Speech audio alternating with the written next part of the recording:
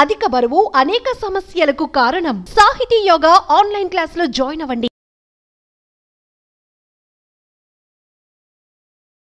నమస్కారం. నేను డాక్టర్ శ్యామ్ కే జైస్వాల్. నేను ఈ రోజు చాలా ఇంపార్టెంట్ కరెంట్ టాపిక్స్ ఈ వర్షం కాలంలో చాలా ఇంపార్టెంట్ బ్రెయిన్ కి ప్రాబ్లమ్స్ అంటే బ్రెయిన్ ఫీవర్ అంటే మెదడు జ్వరం ఇలా చాలా కామన్స్ ఉన్నాయి. ఇప్పుడు వర్షం కాలంలో ఇలా దోమల నుంచి dengue, malaria, chikungunya, yellow fever ఇది చాలా కామన్స్ ఉన్నాయి. జబ్బు చాలా కామన్స్ ఉన్నాయి. అప్పుడప్పుడు ఏమొస్తాయి ఈ డెంగ్యూ జబ్బులో, డెంగ్యూ ఫీవర్లో, అదే చికెన్ గునియాలో, మలేరియాలో ఈ బాడీలో జ్వరం మెదడు బ్రెయిన్లో ఇంకా స్ప్రెడ్ వస్తుంది. అని బ్రెయిన్లో స్ప్రెడ్ తర్వాత పేషెంట్స్కి కండిషన్స్ కొద్దిగా వేరే వేరే సిమ్టమ్ వస్తాయి. ఏం సిమ్టమ్ లక్షణం వస్తుందా? బ్రెయిన్ ఫీవర్కి తలనొప్పి వస్తుందా, వాంతులు వస్తుందా, తల తిరిగి వస్తుందా, తర్వాత అప్పుడప్పుడు ఫిట్స్ అట్లా మూర్ఛా వ్యాధిగా పాసిబిలిటీస్ ఉన్నాయి. అప్పుడప్పుడు కొద్దిగా చాలా రేర్గా పక్షపాతం అట్లా సిమ్టమ్స్గా పాసిబిలిటీస్ ఉన్నాయి.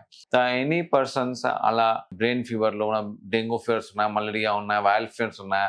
సపోజ్ చాలా హెవీగా మామూలుగా తలనొప్పి ఇంకా వస్తాయి, బట్ చాలా హెవీగా తలనొప్పి ఉన్నాయి, చాలా హెవీగా వాంతులు ఉన్నాయి, తలదిగా ఉన్నాయి, అప్పుడు మూర్ఛాకి సిమ్టమ్స్ ఉన్నాయి, ఫిట్ సిమ్టమ్స్ ఉన్నాయి, ఇమీడియట్గా హాస్పిటల్ తీసుకోవాలి అని న్యూరాలజిస్ట్కి కన్సల్ట్ చేయాలి.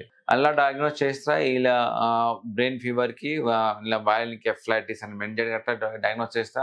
ఇలా డయాగ్నోస్ కోసం ఎంఆర్ఐ స్కాన్ చేయాలి. ఎంఆర్ఐ స్కాన్ ఇంజెక్షన్స్ పెట్టి ఎంఆర్ఐ బ్రెయిన్ విత్ కాంట్రాస్ట్ చేయాలి. ఈ ఇంజెక్షన్స్ పెట్టి ఎంఆర్ఐ తర్వాత ఐడియా వస్తాయి బ్రెయిన్ లోపల ఎన్ని పర్సెంటేజ్ డ్యామేజ్ ఉన్నాయి, బ్రెయిన్లో ఏ జాగాలో వాపు ఉన్నాయి, బట్ వేరే వేరే జాగాలో వాపు ఉన్నాయి, సిమ్టమ్స్ వేరే వస్తుంది. తర్వాత ఈ టెస్ట్ చేసి ఒక్కసారి ఈజీ టెస్ట్ ఫిట్స్ కోసం చేయాలి.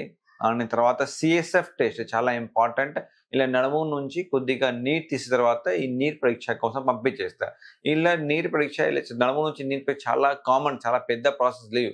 అట్లా రక్తనాళం నుంచి బ్లడ్ తీస్తారు. సేమ్ ఇలా నడుము నుంచి ఇలా కొద్దిగా సిఎస్ఎఫ్ ఇలా బ్రెయిన్ అనే స్పైన్కి స్పైనల్ ఫ్లూయిడ్ లిక్విడ్ తీసిన తర్వాత పంపించేస్తారు టెస్ట్కి.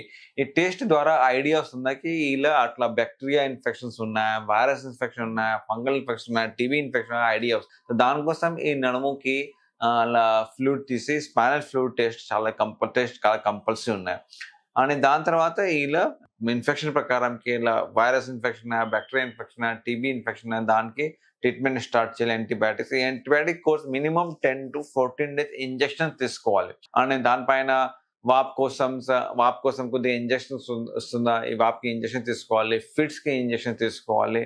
అని తర్వాత ఈ ప్రాపర్గా సపోజ్ ట్రీట్మెంట్ స్టార్టింగ్ నుంచి స్టార్ట్ చేసి ఇమీడియట్గా ట్రీట్మెంట్ స్టార్ట్ చేస్తే తొందరగా రికవరీకి ఛాన్స్ ఉన్నాయి. ఇలా ట్రీట్మెంట్ డిలే అయింది కొద్దిగా ప్రాణ ధోకాదాయకంగా పాసిబిలిటీ ఉన్నాయి.